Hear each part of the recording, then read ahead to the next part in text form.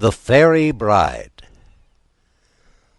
Once there was a lovely young girl named Ninizu, the only daughter of an Indian chief who lived on the shore of Lake Superior. Ninizu in the Indian language means "my dear life." It was plain that her parents loved her tenderly and did everything in their power to make her happy and to shield her from any possible harm. There was but one thing that made them uneasy. Ninizu was a favorite with the other young girls in the village and joined them in their play, but she liked best of all to walk by herself in the forest, or to follow some dim trail that led into the heart of the little hills. Sometimes she would be absent for many hours, and when she returned, her eyes had the look of one who has dwelt in secret places and seen things strange and mysterious. Nowadays, some persons would have called Ninizu romantic. Others, who can never see a thing that is not just beneath their noses, would have laughed a little in a superior sort of way and said she was a dreamer.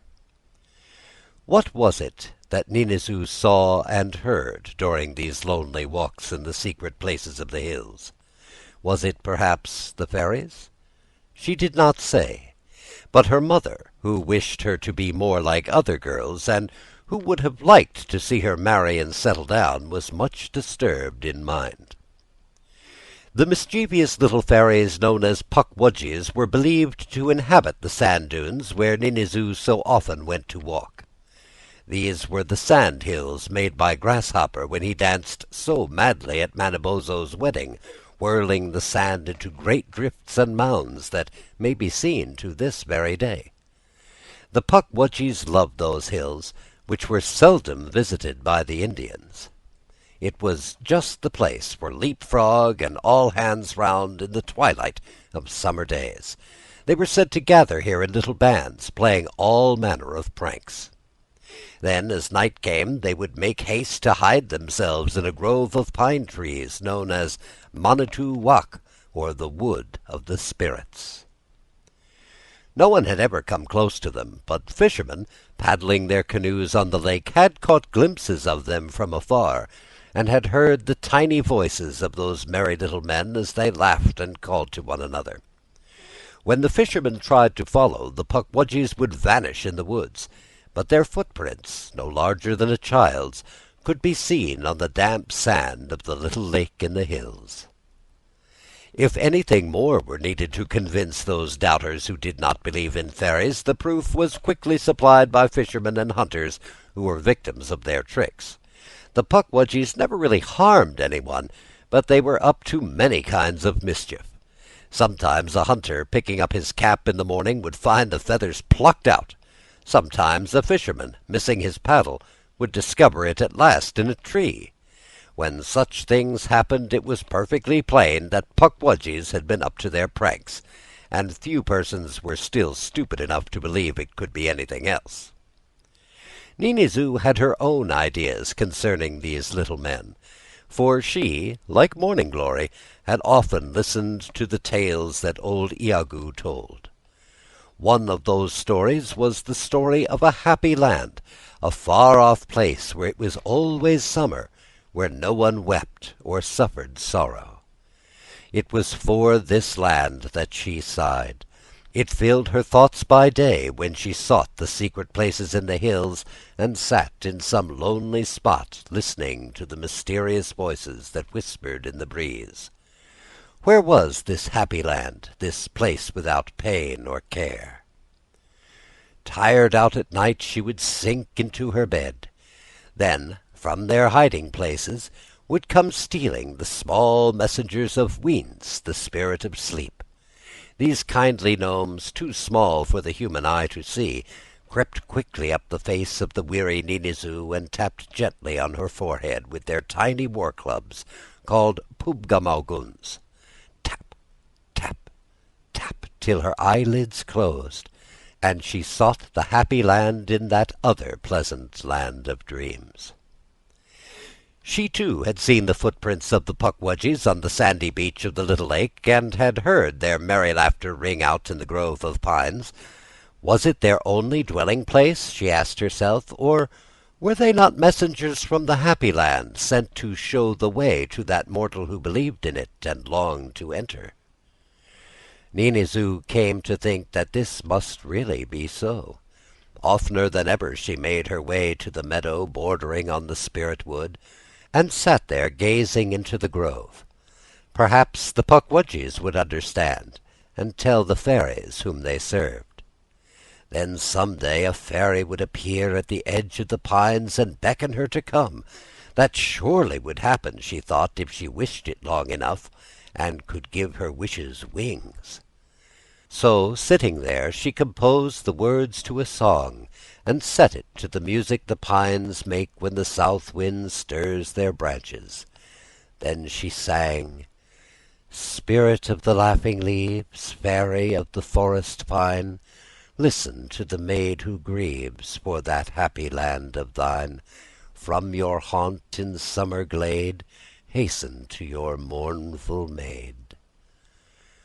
Was it only her fancy that she seemed to hear the closing words of her song echoed from the deep woods where the merry little men had vanished? Or was it the Pukwudgies mocking her?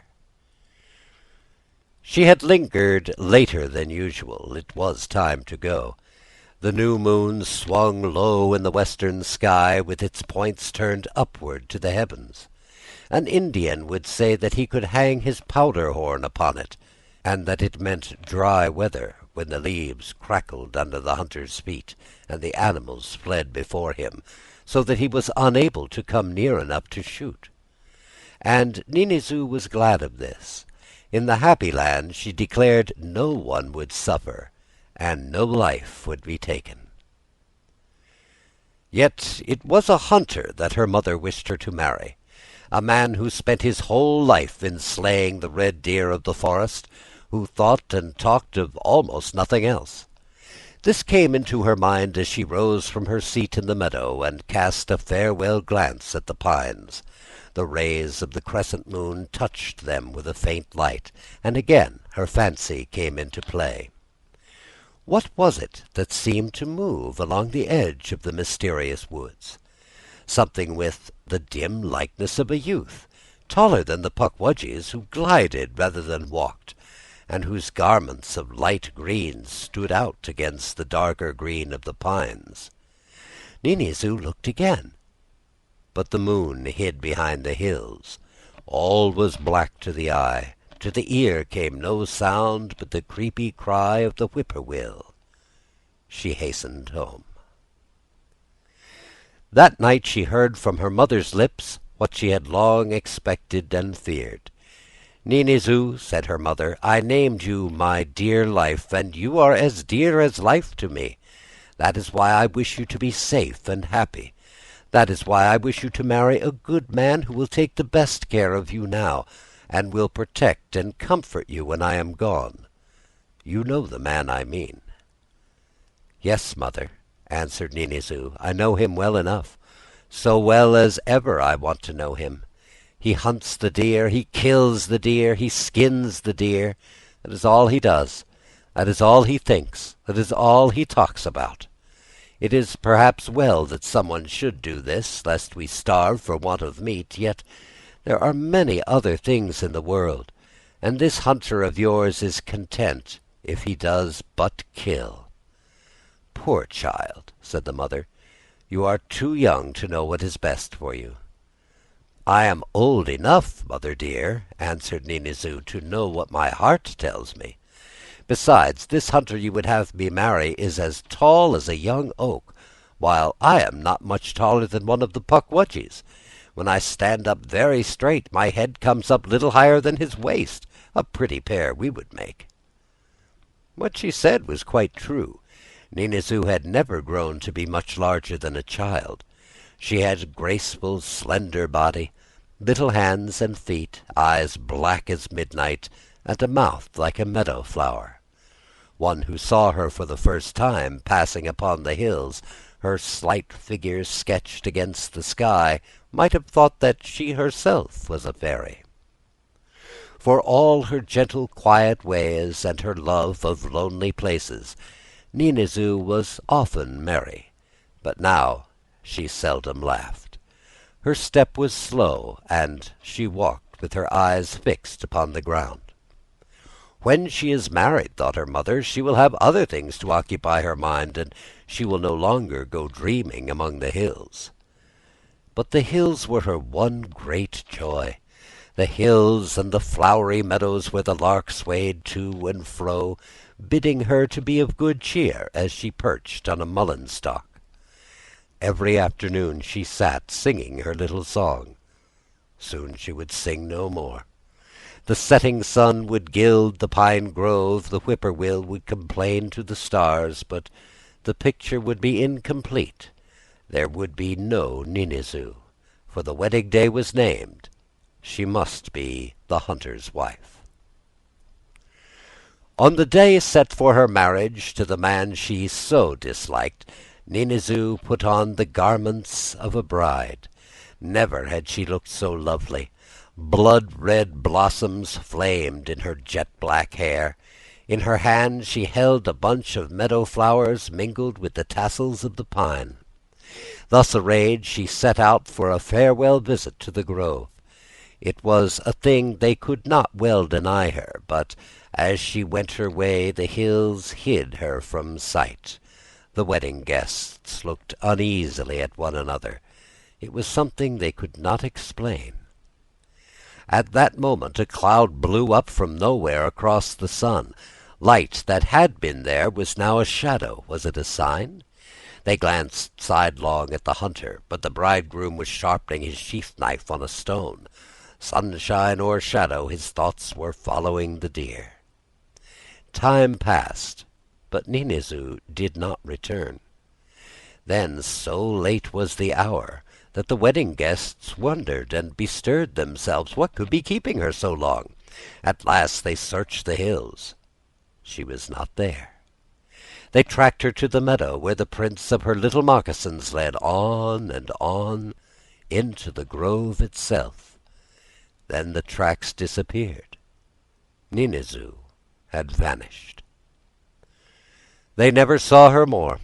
The next day a hunter brought them strange news. He had climbed a hill. On his way home by a short cut he had paused there a moment to look around. Just then his dog ran up to him, whining with its tail between its legs. It was a brave dog, he said, that would not run from a bear, but this one acted as if he had seen something that was not mortal. Then the hunter heard a voice singing. Soon the singing stopped, and he made out, far off, the figure of Ninizoo, walking straight toward the grove, with her arms held out before her. He called to her, but she did not hear, and drew nearer and nearer to the spirit wood. "She walked like one who dreams," said the hunter, and when she had almost reached the woods, a young man, slender as a reed, came out to meet her. He was not one of our tribe. No, no, I have never seen his like. He was dressed in the leaves of the forest, and green plumes nodded on his head. He took her by the hand. They entered the sacred grove. There is no doubt that he was a fairy, the fairy Evergreen. There is nothing more. I have finished. So Ninizoo became a bride after all.